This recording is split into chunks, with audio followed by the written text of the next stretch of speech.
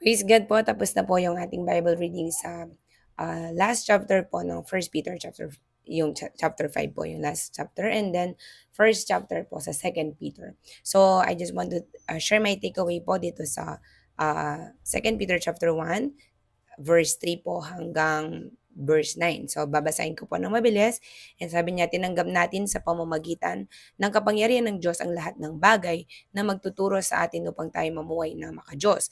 Ito'y dahil sa ating pagkakilala kay Jesus na siya rin tumawag sa atin upang bahaginan tayo ng kanyang kalwalatian at kadakilaan. Sa parang ito, ibinigyan niya tayo ng mga dakila at napakahalagang pangako upang makaiwas kayo sa nakakasirang pagnanasa sa sanlibutan ito at upang makabahagi tayo sa kanyang likas na bilang Diyos. Dahil dito sikapin yung ilagdag sa inyong pananampalataya ang kabutihan, sa inyong kabutihan ng kaalaman, sa inyong kaalaman ang pagpipigil sa sarili, at sa inyong pagpipigil sa sarili ang katatagan, sa inyong katatagan ang pagiging makadiyos, sa inyong pagiging makadiyos ang pagmamalasakit sa kapatid, at sa inyong pagmamalasakit ang pag-ibig.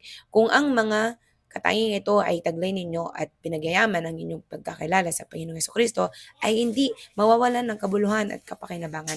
Ngunit kung wala sa inyo mga ito, kayo ay parang bulag at hindi nakakakita at nakalimot na lininis na kayo sa inyong mga kasalanan.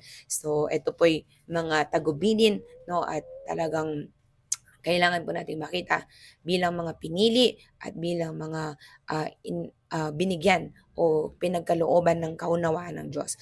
Tayo po ay kailangan patuloy na magpalalim sa Panginoon. At sa pamagitan po ng pag apply po natin dun sa mga nalaman natin, sa mga nakita natin sa ating buhay, ito po ay hindi kailanman mawawalan ng kabuluhan. So tayo pong lahat ay magpaalalahanan na tayo pong lahat ay nilinis na sa pamagitan ng kanyang banal na dugo. So pinagpalang umaga po sa ating lahat. Ito po yung ating takeaway or highlights or tinatawag po nating Rema word sa ating mga devotional. So I hope po you get also your own takeaway and your own Rema word from the Lord, and let us meditate it.